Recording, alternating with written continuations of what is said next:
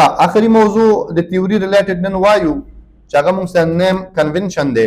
نیم کنونشن نه مطلب دا چې کله تاسو پروګرامینګ کوئ نو په پروګرامینګ کې دا نمونه چې کله تاسو د فایلز یا فولډرز لیکئ نو دا به په کوم اصول باندې لیکئ. کیدای شي تاسو بلد هم یې کیدای شي نه. نو نن تاسو مکمل هغه ډیټیل سره وایم چې موږ سره نیم کنونشنز کوم ډول موجود دي په پروګرامینګ کې او کوم یو ډول په کوم ځای کې ډیر استعمالیدای شي. نو موږ سره نیم کنونشنز کې لومړی راځي کیمل کیس. Camel case serial convention then camel case is a naming convention commonly used in programming where the first word starts with a lower letter and each subsequent word starts with an uppercase letter. There are no space or underscore between words. Landiz dade kache tasta num do word avi no dago terman ba his do space mawjud ni his do alama bani vi lomre word pa kuchne likil ke din no har word razi daga lomre pore bachevi دا به غټ وي. دې ته کیمل کیس ویل کېږي. صحیح ده؟ It used for variables لپاره استعمالیدلی شي، functions یا methods فنکشنونو لپاره استعمالیدلی شي، properties لپاره استعمالیدلی شي، object کې دننه and file names د فایلونو د نومونو لپاره استعمالیدلی شي. نو د خوښه خپله چېرته استعمالوي خو دی هغه ځایونه دي چې دوی باید لپاره دا استعمالولی شي. ورپسې بیا موږ سره یو بل کیس راځي پاسکل کیس په نوم باندې. پاسکل چې یو پروګرامینګ لنګویج موږ سره نو دا د هغه لپاره راځي.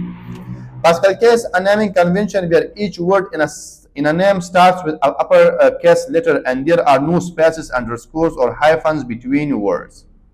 د دې کیس اصول بیا دا چې هر یو ورډ به په کیپیټلایز شکل شروع کیږي. د دوی ترمنځ به هیڅ ډول انډرسکور نه وي، هیڅ ډول هایفن نه وي او هیڅ ډول سپیس به نه وي، ټول به یو ځای لیکل شوي. It's used for component names, class names, types, etc. مطلب دا د کمپوننټس په نومونو کې استعمالیدلی شي، دا چې دی په کلاس نومونو کې استعمالیدلی شي او نور موضوعاتو کې استعمالیدلی شي. نور خوښه ستاسو څنګه استعمالوي. دې پس یو کیس دی موږ سره سنیک کیس ورته ویل کېږي. څه ویل کېږي؟ سنیک کیس. په سنیک کیس is a naming convention where words are written in lower case and separated by underscore with no space between them.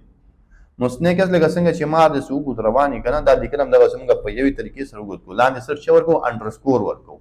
نو دا سنیک کیس ویل کېږي. په دې کې بیا لیکل ټول په وړو تورو شروع شوي خو د هر ورډ ترمنځ یو انډرسکور راځي. دې ته سنیک کیس ویل کېږي.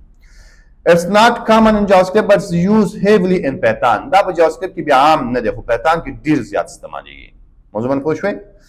او بیا موږ یو بل کیس دی کباب کیس ورته ویل کېږي. کباب وپېژنئ؟ دا کباب کیس ویل کېږي. A kebab case is a naming convention where words are written in lowercase and separated by hyphen. په وړو تورو لیکل شوي او منځ کې څه ورکول شوی؟